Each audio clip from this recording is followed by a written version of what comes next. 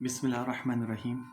نسیان کا علاج، بھولنے کا علاج۔ کسی کو بھولنے کی بیماری ہو جائے، کوئی بھی چیز رکھی ہو بھول جائے، کوئی کام کیا نہیں کیا، تو بہت ساری چیزوں کو جیسے اکثر بھولنے لگ جائے انسان، تو اس کے لیے چھوٹا سا ایک وظیفہ ہے، عمل ہے، کر لے انسان تو انشاءاللہ تعالیٰ اسے بہت فائدہ ہو جائے گا۔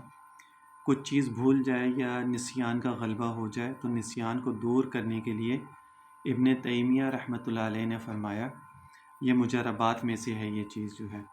اس طرح قرآن مجید اور حدیث شریف کا مفہوم حل نہ ہوتا ہو تو 41 بار روزانہ یہ دعا صبح پڑھا کریں۔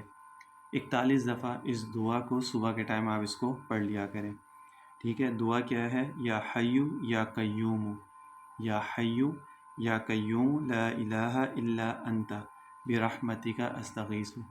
سمپل سی دعا ہے، یا حیو یا قیوم لا الہ الا انت برحمتک استغیث۔